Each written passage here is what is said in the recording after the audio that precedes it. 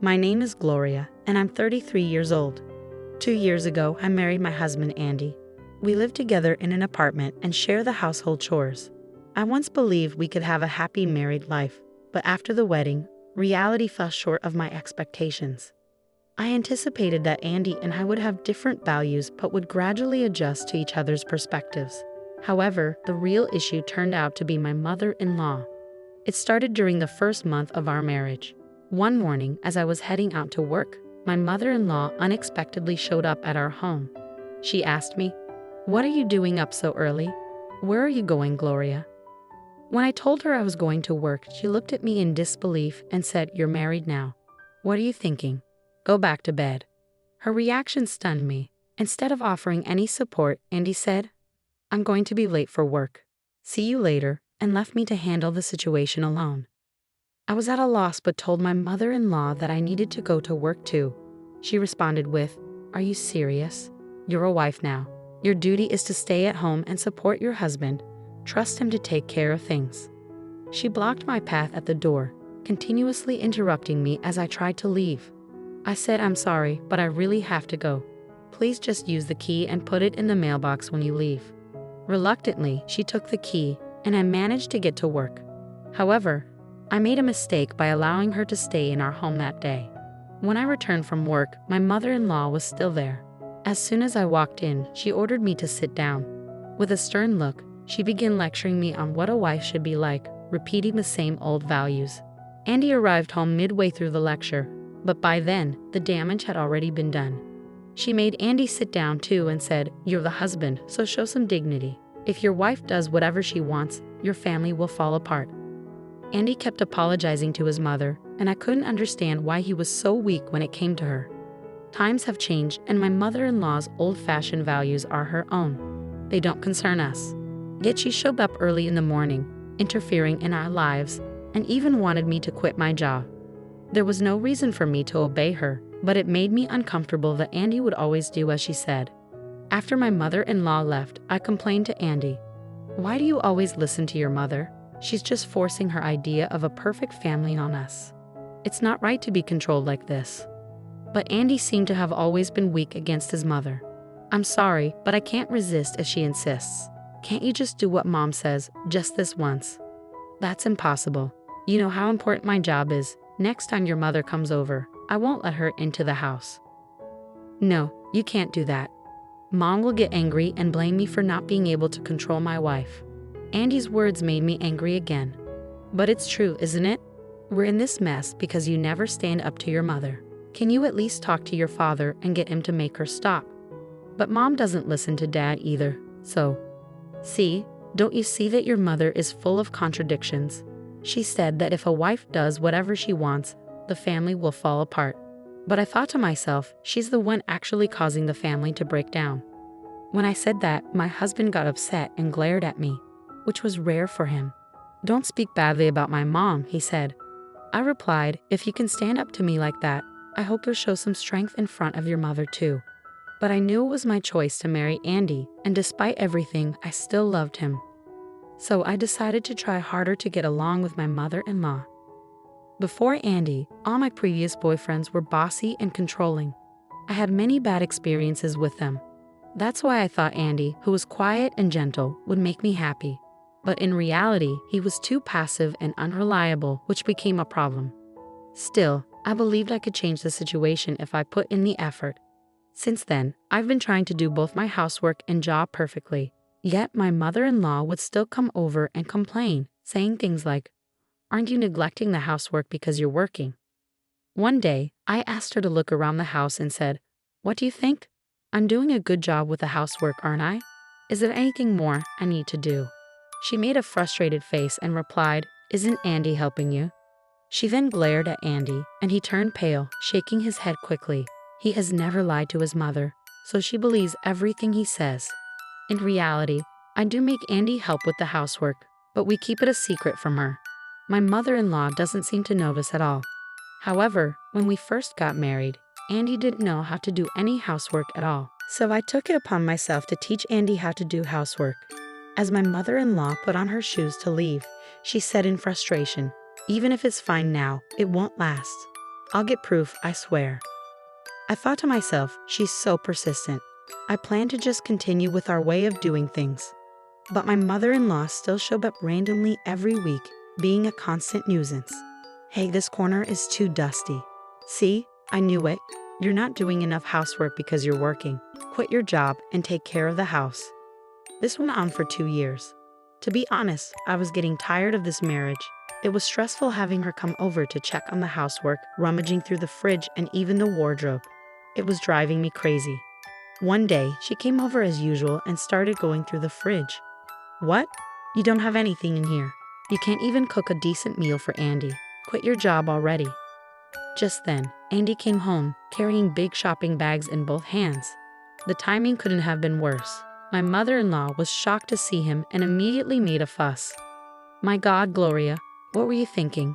Making your husband help with the housework? I replied, with all due respect, this is normal nowadays. Families with old-fashioned ideas like yours are becoming less common. My mother-in-law's face turned red and she started yelling, You do whatever you want and mess everything up. It's disgusting. And you too, Andy. Why do you let her do this? Man up. Andy's face turned pale. He put the shopping bags on the floor, rolled his shoulders, and stayed silent. I thought to myself, he really is a pathetic guy. Then I finally spoke back to my mother-in-law in a firm tone. I've been thinking about this for a long time, but isn't this behavior rude? Andy and I are equals in this marriage. We treat each other with respect and have decided not to put the burden on either side. And I will continue to work, even if we have children. So I taught Andy how to do housework myself. As my mother-in-law was putting on her shoes to leave, she said in frustration, even if things are okay now, it won't last. I'll find proof, I swear. I thought, she's so persistent. I was ready to continue our way, but my mother-in-law kept showing up at random times each week, being a real nuisance. Hey, this corner is too dusty. I knew it, you're not doing enough housework because you're working. Quit your job and take care of the house. This continued for 2 years, and honestly, I was getting fed up with the marriage. It was stressful having her come over, check the housework, and even go through the fridge and wardrobe. I wondered how much more of this I could take.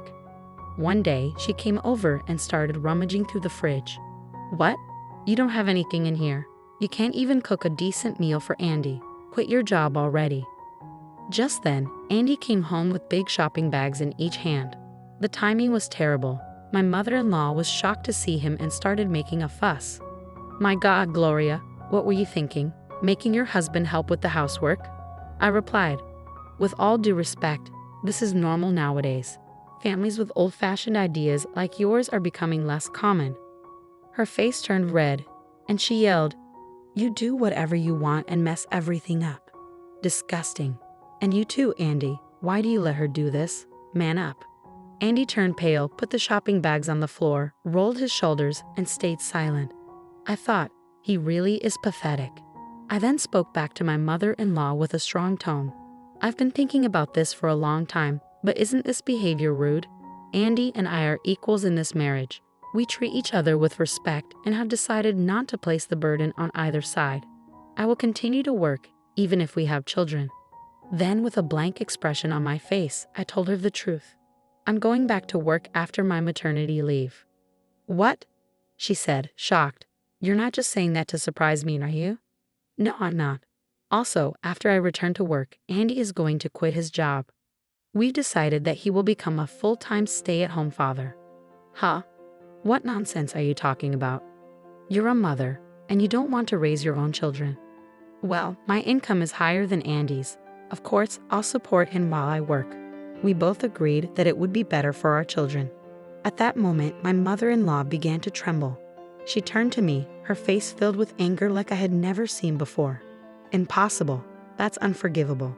I didn't raise Andy to be unhappy. I will make sure he divorces you for sure, she shouted before storming out of the apartment as if she were running away. When Andy came home from work, he had a grim look on his face. Mom was so annoying.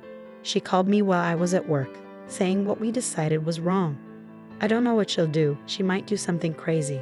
Gloria, why don't you go back to your parents' house for a while and have the twins there? It was rare for Andy to suggest something, even when he proposed to me. I remember how he showed me the engagement ring while trembling and couldn't even say, "Will you marry me?" I appreciated his kindness and courage, so I agreed. "All right, I'll take your advice and do that." I told my parents about the situation and decided to have the babies in my hometown. While I was there, I called Andy every day. I remember the time when Andy and I were dating. We didn't see each other very often, so we used to call each other just like this. Now, even though things were tense, hearing his voice brought back those memories. My mother-in-law was still furious and even showed up with divorce papers. But Andy reassured her that he would never divorce me. He even made another suggestion that helped me feel more at ease. It was an incredibly tough time, but Andy held my hand and kept my spirits up the whole way. Eventually, I gave birth to our baby girls. Andy stayed at my parents' house with me until things settled down.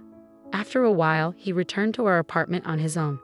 Not long after, I received a phone call from my mother-in-law. "Hello, Gloria. Only Andy came back, and he didn't say anything about you. You're not planning to come back here, are you?" she asked, clearly irritated. "I'm coming home tomorrow with the babies," I replied. "No, don't come back. I don't want to see your face. You and Andy are getting a divorce anyway. Why don't you just stay with your parents? Andy went there to talk about the divorce, right?" she said, sounding excited. I chuckled and responded, "Please don't worry, but I don't think Andy will be seeing you anymore." There was a brief pause before she replied, "What? What are you talking about? Haven't you heard from Andy? It means that you and Andy are no longer mother and son. He went back to the apartment first to pack. We're moving out tomorrow." "Haven't you noticed any moving boxes?" "No, I haven't seen anything like that. The room looks clean, but that's because Andy worked so hard to clean it," she said, sounding confused. Then I faintly heard Andy's voice in the background, as if the call was on speaker. His voice became clearer. "Sorry, Gloria. I didn't expect Mom to call you." "It's okay, don't worry about it," I said. "How's the packing going?" "Yeah, almost done. I thought it would be troublesome if Mom came and made a fuss," he replied. "So I sealed the boxes and closed them up." "Wow, that's great," I said. "I'm sorry I made you do all that." As we were talking, my mother-in-law suddenly started yelling. "What the hell are you talking about? Andy, don't tell me you're moving and cutting ties with me." I was about to explain when Andy interrupted. "No, you shut up, Mom. I've had enough. All you do is impose your own rules on us, and you don't realize how much trouble you're causing. I'm sick of it. That's why we decided to cut ties with you. And when did you even make a duplicate key without our permission? Give it to me so I can return it to the management company." Andy's words stunned his mother. "What, Andy? You're divorcing Gloria, and now you're saying this to me? Divorce? I never said I'm divorcing Gloria. She earns more than me, and she's already explained that if she became a housewife, we couldn't have a stable family. The girls would have to sacrifice too much." My mother-in-law, still in shock, replied, "But it's just one income. Gloria's father and brother may run a company, but what does that have to do with her?" I finally spoke up, "I didn't tell you because I knew you'd make a big fuss. I work for my brother's company. He's starting another business soon, and I'm supposed to take over his company." "Huh? You mean a woman will be the president?" she asked, incredulous. "Yes, the president," I confirmed. "But for now, I'm more focused on supporting the company. I'll return to work after my maternity leave. I think we've talked about this before, I had told her this during our wedding planning, but it seemed she had forgotten. My mother-in-law was stunned into silence and didn't know how to respond for a long time. Then Andy spoke up. "Oh, by the way, Barry works for Gloria's brother's company. With your attitude, what do you think will happen to him?" Barry is Andy's second brother and a sales manager at my brother's company. I had met Barry at the wedding and found out he was Andy's brother. My mother-in-law's voice trembled as she said, "Oh my God, I'm so sorry. I didn't know. Please don't fire Barry. He's struggling with 3 kids right now." I almost laughed. "No, I can't just fire an employee because of a threat. But really, please stop interfering in our family." "Well, we're cutting ties with you anyway, so it doesn't matter," she said, still ranting. Barry seemed to have forcefully ended the call. The next day, my parents dropped me off at our new house with the twins. The movers had already finished setting up the furniture and unpacking the boxes, and my parents helped organize everything. Shortly after, my father-in-law arrived. After Andy cut off contact with my mother-in-law, my father-in-law decided to distance himself from her as well. My mother-in-law's old-fashioned values had affected not just Andy but also my father-in-law and his two brothers. It seemed the entire family was dealing with the fallout just as we were. Andy, who had always been the quietest and most obedient to his mother, finally stood up to her. One by one, the sons declared their separation from her. My father-in-law also left the house and is now preparing for divorce with a lawyer. My mother-in-law has been abandoned by all her family members. Andy quit his job and has been dedicated to taking care of the twins, while I continue to work hard every day. Considering our children's future expenses, it's better for me to work than for Andy to. No matter what anyone says, I will respect the decision Andy and I made as a couple. We are committed to building our own happy family. Thank you for watching until the end. Please subscribe to our channel if you liked the video. See you in the next one. Thank you.